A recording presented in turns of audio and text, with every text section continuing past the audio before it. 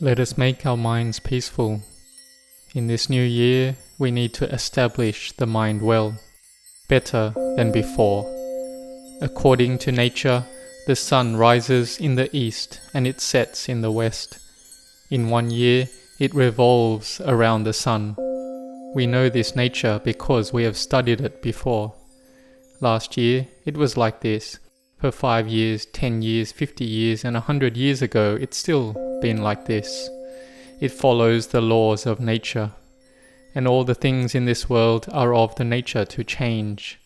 For a very long time, the bodies of the people who have been born into this world have been evolving according to nature. But the mind that has not been trained doesn't evolve.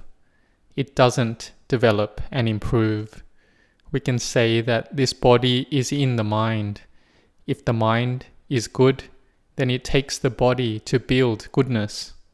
So this year, we will come to improve our minds.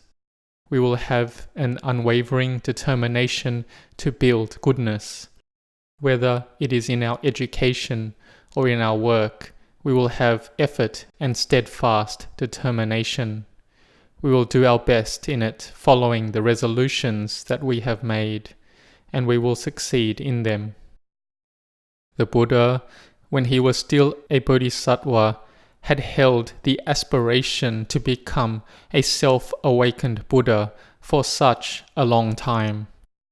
And because of his unwavering resolution, he was able to succeed. We all venerate and pay homage to the Buddha. The Buddha is our highest refuge in our hearts. When we have firm determination, we will be able to succeed in whatever we aspire to. No matter how tired we get, we will endure and strive.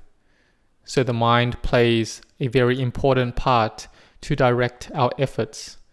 When we are established in morality and Dhamma, established in goodness, then we'll maintain the 5 moral precepts. And then higher than this, we must train the mind to be peaceful. We all have a starting capital, and that is our faith in the Buddha.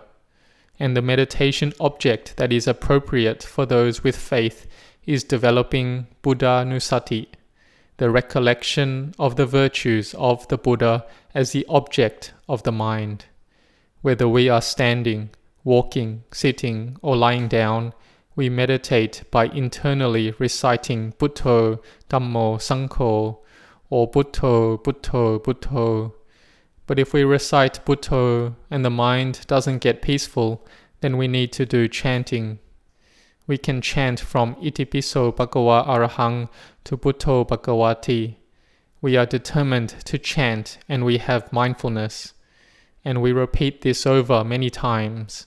9 times, 18 times, 27 times, until in 1 day and 1 night we have completed 108 times. There is no need to worry about whether we have got to the number we have set, or whether we have fallen short, or have done more. If we have done more, then that is good. If we have fallen short, don't worry. We do need to set up the resolution, but we also do it with an attitude of letting go. If we do so with attachment, then it may make us too tense and it leads to worry and restlessness. We are practicing Dhamma not to have worry, but to make our minds peaceful. Whenever we are traveling, near or far, and when we have the opportunity and the time, then we recollect the Buddha. We chant and develop the mind. This is the work of the mind. The work of the world, we have to do so to gain the 4 material requisites of food, clothing, shelter, and medicine. But if we don't do the work of the mind, then the mind stays the same. Our age increases, but the mind doesn't change. So in the new year, we need to improve the mind too. We call this bhavana. That is, making the mind better and developing it. This bhavana is necessary for everyone. It's not just for the monks. For the monks, it's their direct work because they have a lot of time. But if we look at it, we all have the same breath. So if we are determined as well, then we won't be any different than the monks. In this world, we need to do the work of the body and the mind together. We improve our knowledge at the same time as the development of our virtue. We learn about the nature that is already present here. We learn about the principles of truth. But if our mind is not peaceful, then we won't be able to see this with clarity. So we need to train and practice in developing a kammatthana. Kamma means work, and thana means the place. So this is the place where we establish the mind. We internally recite Buddho, Dhammo, Sangho until the mind becomes peaceful. And when the mind becomes peaceful, then the darkness in the mind retreats temporarily. The brightness of the mind then arises. We call this Samadhi, or meditative concentration. Khanika Samadhi is a momentary concentration. The peace is small, but even though it's small, if it arises often, then the level of calm will be greater. And ultimately, the feeling that the body and mind becomes light arises. Samadhi arises. Whether we are standing, walking, sitting, or lying down, the mind can be peaceful. So may you recollect the virtues of the Buddha as the object of the mind continually. Or we can recollect the meaning of one of the verses of the chanting. We can recollect it until a deep understanding arises. Like Arahang Sammasambuddho, the Buddha was one far from the defilements, and he was awakened all through his own efforts. Our mind has faith and confidence, and when we think of this, then inner joy arises very easily. There is rapture. The mind and body is light. The mind is expansive and feels at ease. This is Samadhi.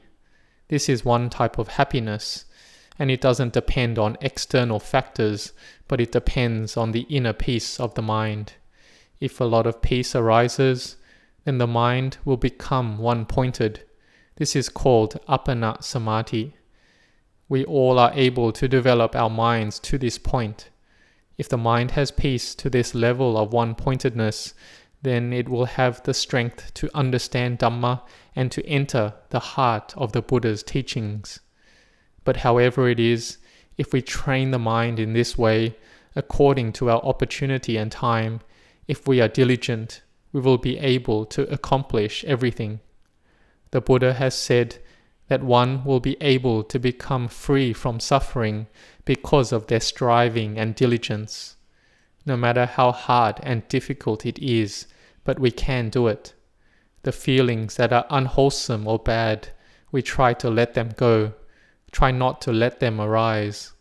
The things that are merit and goodness, we maintain them when they have arisen. This is effort. Whatever is an obstacle to our education, then we try to remove and give it up. We are fully intent with what we want to achieve. Whether it is the knowledge of what we are studying, we have to be focused. If we have this full determination, then it will overcome all our obstacles and we will succeed. We won't become discouraged or retreat. Even if sometimes we have not yet succeeded, but we still won't give up on our determination at all. So this year, may we be determined to be good, to be moral, to do work with patience and with sacrifice and kindness, and also to maintain the health of the body as well. Because if we practice Dhamma and the body is not healthy, then it can be an obstacle. But those whose bodies are sick, which is an obstruction to practice, they can utilize the mental strength that they have developed in the past, and this can even support the sick body to become healthy and recover. So the mind is extremely important. What is this mind? It is a faculty of awareness. This faculty of awareness, we can develop it to become purified and become liberated. But if we don't develop it, then this faculty of awareness will become diluted with all the external sense and mental objects. And the more deluded the mind is with these objects, the more darkness is present in the mind. In this new year, we want to have brightness in our minds, so we need to develop goodness. Like here, we keep sila, listen to the purita chanting, we make the mind peaceful, and we chant the virtues of the Buddha. We chant iti piso bhagava swakato supatipanno. And when we chant and the mind becomes peaceful, then the mind will have mental strength. And this chanting has great benefits. If we chant internally, they say it can reach 10,000 universes or world systems. Just chanting with a regular voice, then it can reach 100,000 world systems. And chanting loudly, it can reach an unlimited number of world systems. This is because the parami, the spiritual perfections of the Lord Buddha, are boundless and reaches an unlimited number of universes. When we chant and recollect the virtues of the Buddha in this way, then the mind becomes sacred and has merit. The mind will be bright and inner joy arises. This is using Buddhanussati as our meditation object. Practicing Buddhanussati, one will see the Dhamma very quickly. This is because we have the faith already. It's our foundation. Our Samadhi must be firm. We should chant with determination. It's firm but not tense, and we make the mind peaceful. But some chant and they feel it is more profound when they contemplate the meaning of the chanting instead of chanting out loud. This is fine and is also bhavana. So this new year, we will make it better than the last year. We've had greed in the past, but we will make it lessen. We've had anger, but we will make it lessen. We've had delusion, but we will make it lessen. We should reflect on what we spend our time on in one day. Do we have more time to practice Dhamma? If we practice more, then we will have more chance for our mind to become peaceful. In this way, the mind will improve and will become peaceful. And ultimately, we will understand the Dhamma. So may we be determined like this. What has passed already, we let it pass. May we have the new things arise in our life. This is all up to karma, the old karma and the new karma. We build the good karma, that is the good causes. Then the results that follow will be good. The old karma that has passed, we can't change it anymore. May we be determined to build new good karma. Like today, the last day of the year, we have built goodness since giving alms in the morning, making merit, chanting in the evening puja, sitting meditation, and listening to Dhamma for the arising of wisdom. For wisdom to arise while we are listening to Dhamma, we need to have a peaceful mind, the mind that doesn't go off anywhere. We try to keep the mind in the present, staying with Buddha or the breath. And sometimes we may know and see the Dhamma at the time when we are listening. We gain insight that all things are conventions that have arisen. The mind that sees into conventions is liberated from them. Like, according to convention, we say the sun rises in the east and sets in the west. But if we have wisdom arise, then we know that this is just a convention. In reality, there is no east or west. It is just the way it is according to nature. We understand clearly, then the mind has emptiness. The mind is bright. The greed, hatred, and delusion lessens.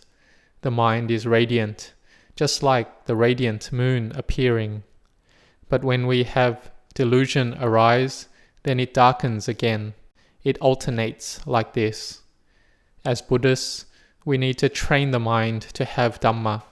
Dhamma here means the qualities of patience, endurance, that is, sila or morality. We train in developing Samadhi and mindfulness, and developing the all-knowing wisdom that understands into the sankharas, the heap of aggregates of the body and mind we take as a self. So all of this arises from our own actions. The merit that arises is from the results of our own actions. It leads to completeness and not having lack. When we have enough of everything, then we can come to practice with convenience. May you all grow in blessings.